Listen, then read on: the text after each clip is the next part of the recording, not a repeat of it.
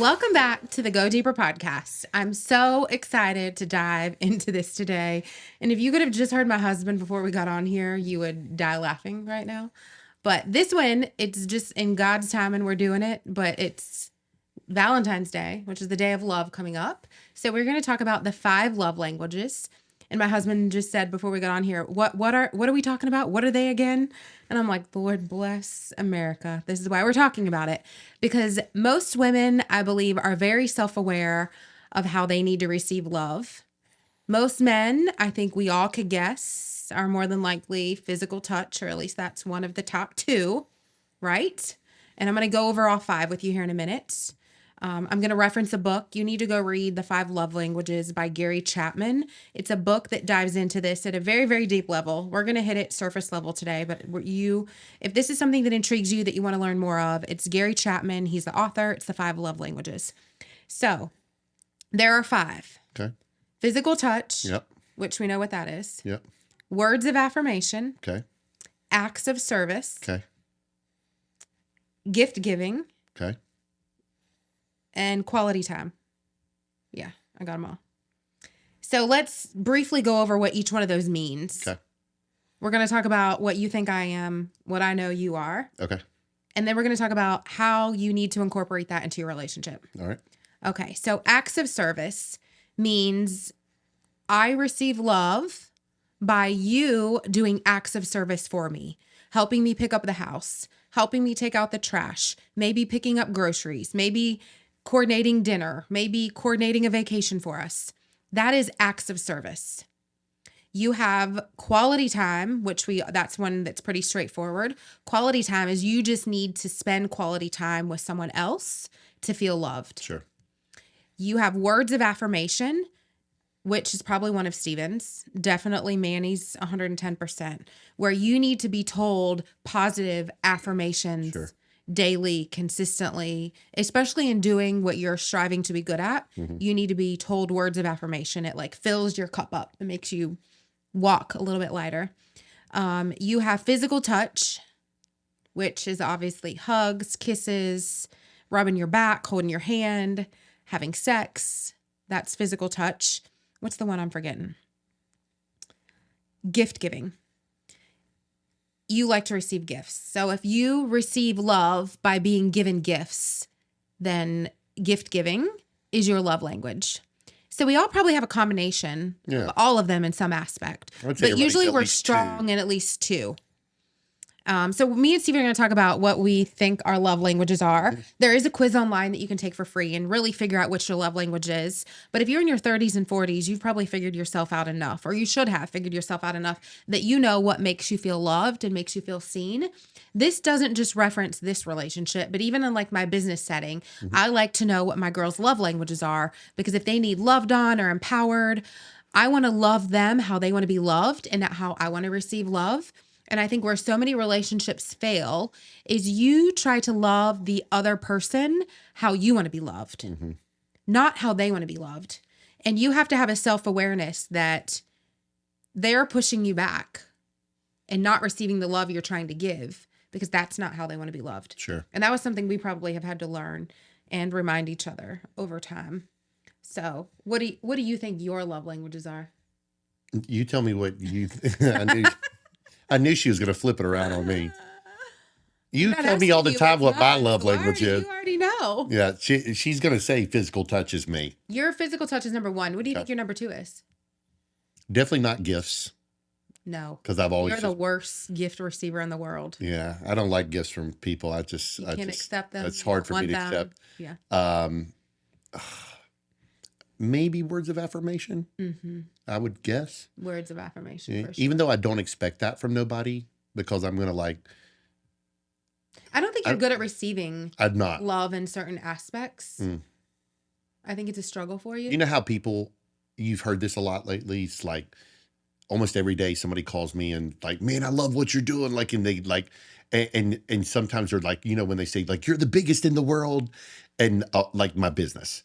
And it's hard for me to take that because I don't even know what to say back. And I kind of downplay it because I'm just still Steven from Graham. Yeah. Like if that makes sense. Yeah. And so I never want somebody to think like, oh, I'm too, or it's like, dang, this is Steven on the phone. I can't believe I'm talking to you. I don't even know how to receive that. But I will say where I notice that that's your love language is if I don't, like words of affirmation are not my love language. Okay. Therefore, I don't give them easily. Like I have to be intentional about it.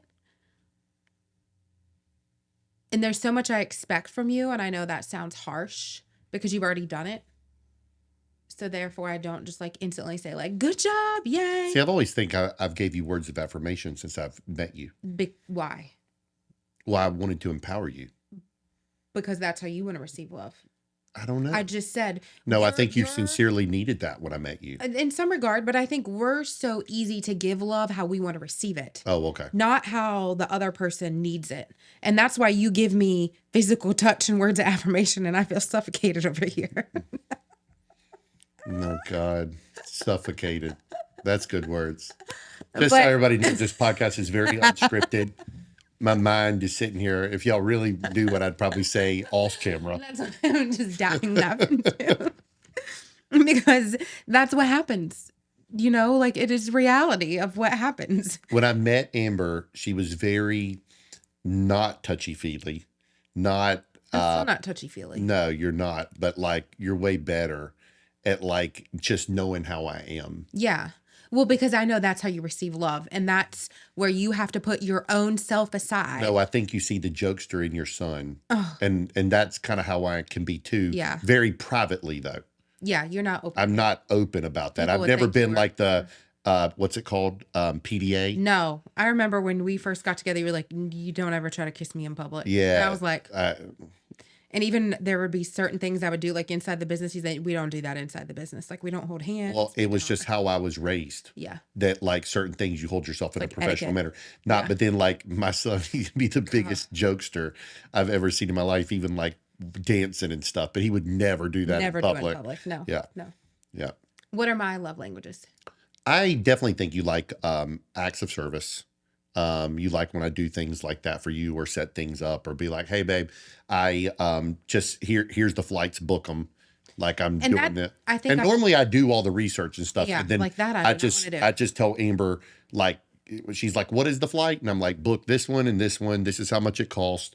Like I've done all the research. She don't like doing things like that. Well, my life, a lot of people ask me how I do it. Sometimes I don't know myself, but my life is a lot. Mm-hmm. It is. A lot more than, I mean, your life is a lot too, but my life is a lot more in different ways. I wear more hats than you do. And I have you wear more hats than me. Responsibilities than you do. Oh my God. So therefore, like, I don't have the brain capacity to plan out these crazy vacations. I don't have the brain capacity. What crazy vacations have we went on?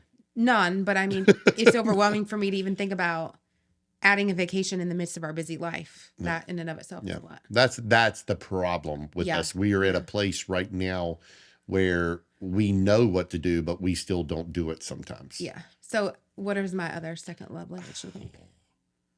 I think you like giving quality time, physical touch. I think definitely. Well, I think quality time probably, but then I think you're hard to receive quality time too, because it is very hard. And if y'all knew her mother, you'd understand. For Amber to sit still and to take in the moment of doing nothing is quality time.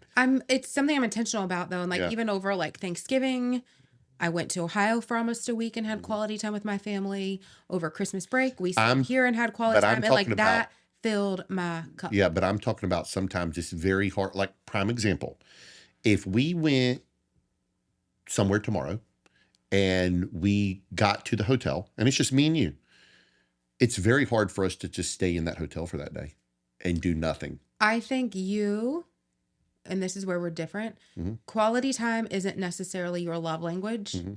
So I adapt to what your love languages are more so than I stick to my own. And that comes back to like, I'm the people pleaser and you stick to who you are. Mm-hmm. I've adapted to you sometimes.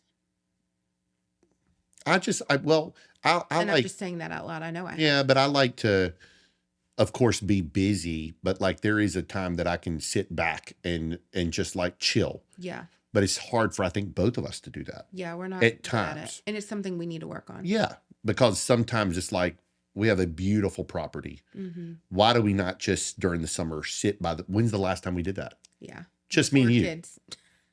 Before kids. Before kids. Yeah. And, Kids that throw a wrench in things. and here's the deal. In good ways, but it makes it harder. Sometimes we can say on this podcast all these things of what to do, but even we struggle to do them. And it's not easy. Okay.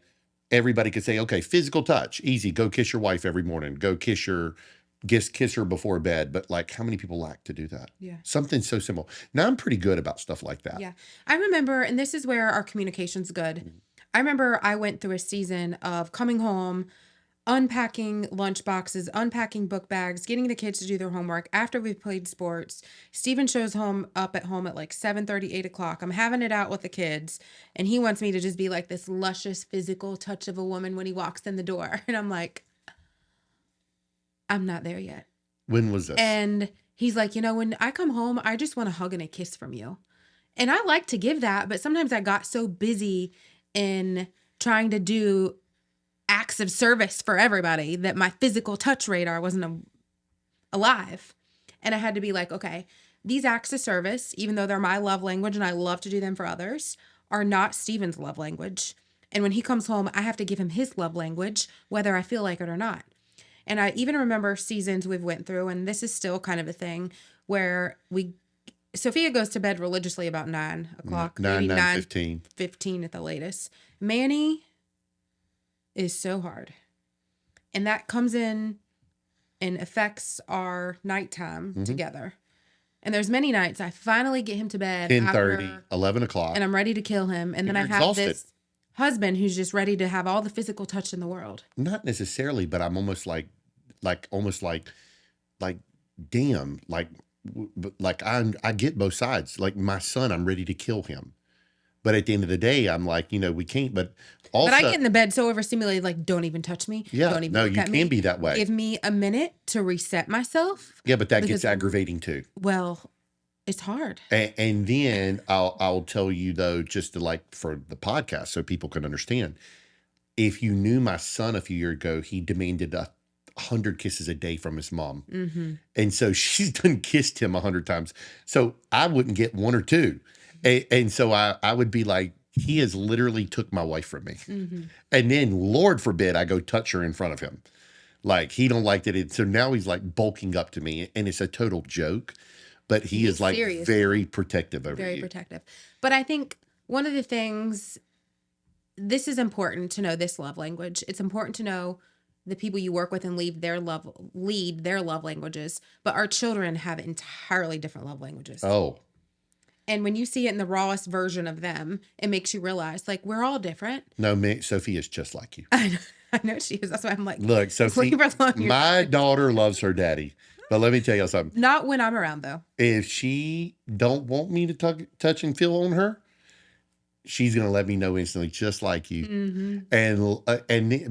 But then there is times where she loves to kiss me and hug me, but it usually is not in front of her mama. No. And if it is, I have to call her mama in to let you watch. And then she'll just be in that giggly mood where I'm like messing with her and she's just so overstimulated that she don't know what to do. And she just lets you see. But then a lot of times she'll stop. I don't know what it is. I guess it's just her age. It's her age. And I think it's also just the roles of parents and they're figuring it out. And then Manny, you could literally kiss him all day.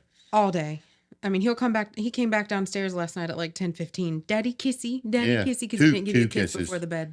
2. Yeah, because he doesn't like 1. He's OCD about doing anything with odd numbers. Yeah. Which is a whole thing in and of itself. So if you feel like you have a distance or a disconnect with your spouse, it's more than likely because you are not loving them how they want to be loved. And you need to recognize that you're trying to love them how you want to be loved and not how they want to be loved. And you need to have a conversation about it. I would really encourage both of you to take the 5 love languages quiz and have a conversation and figure out how are you going to do things differently. It's never going to be perfect. There's never a perfect, you give me love, I give you love. That happens. I mean, there may be one day out of a month that you both are firing and loving. I don't think life's perfect. Life is not perfect. And you can't expect the other person to know. And you surely can't expect them to know if you're not having a conversation about it. But we know. You knew my love languages. I know your love languages. That's how we make it work. But there's so many spouses that are like, I'm going to just love her how she wants to be loved. It's never going to work Well, that even way. I You're not going to get the best out of them. and I don't do this every day. I try to, but we've had a lot going on at the house and we've got a big project going on at the house. So there's a lot of other things, but like even I do try to make a point every day to put up little things for Amber and like straighten the shoes or take the socks that my son throws in the mudroom every night and put them in. And, maybe I do it 5 out of 7 days. But at the end of the day, like lately I've been like scrounging. I've had to be at work early, people flying in. I'm like, in a rush myself. Or you're in a rush or whatever it is. But like little things like Let that. me slow you down and say this because this will be funny. Mhm. You expect words of affirmation for that. I do. Yeah. You think? Yeah. When- You'll I say, don't you even didn't tell me anymore. thank you. Did you notice that I did that? That's no, what you say to me. I haven't told you that in a while though. Last week you did. I did? Yeah.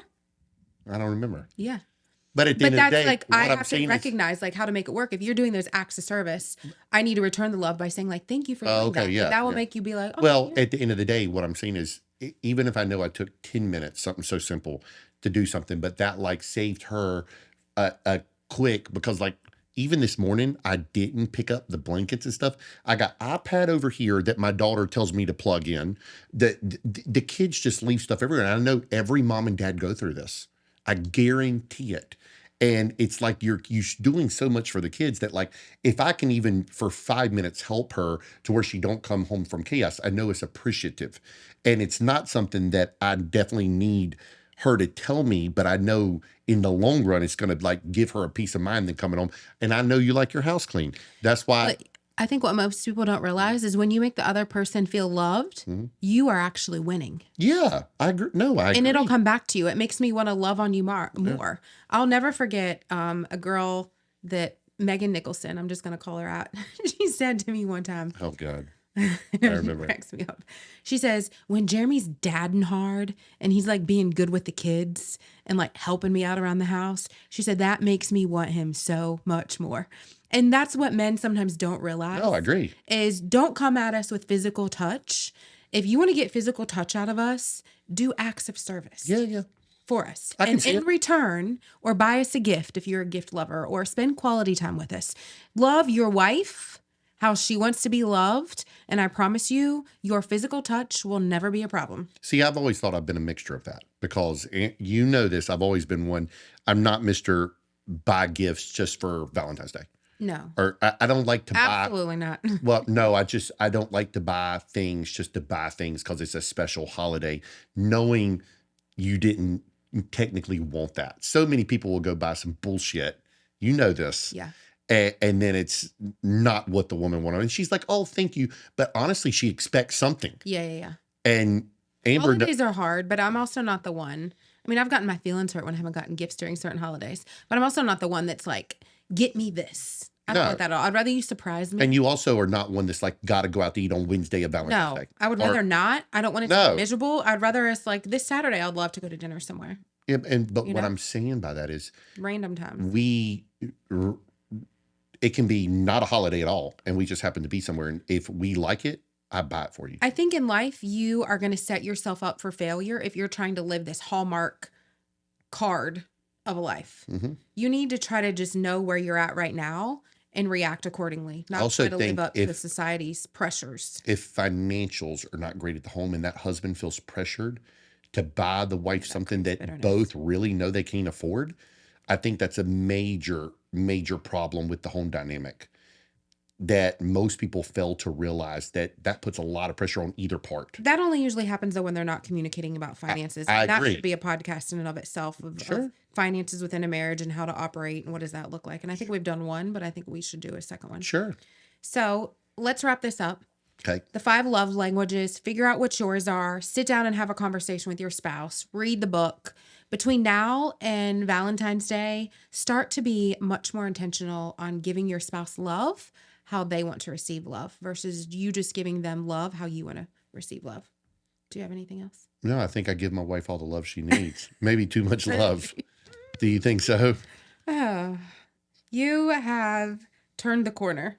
I've turned the corner. I'll say you're much better than you used to be. And I'm very grateful for that. You may not show me empathy as much as I want it, but you definitely have realized that like acts of service is my love language, and that makes me feel so loved by you. Well, So thank you. I think you have to realize everybody's different, how you're much busier than most people. Yeah. So I have to physically take you somewhere to get you out of the rat race of Out of my environment that makes me feel the pressure of home, because you're going to be vacuuming, making the bed, doing Mhm. this, organizing the closet. Do it like if you didn't have nothing to do all day, you're still going to do something. Oh yeah. We both are. Yeah.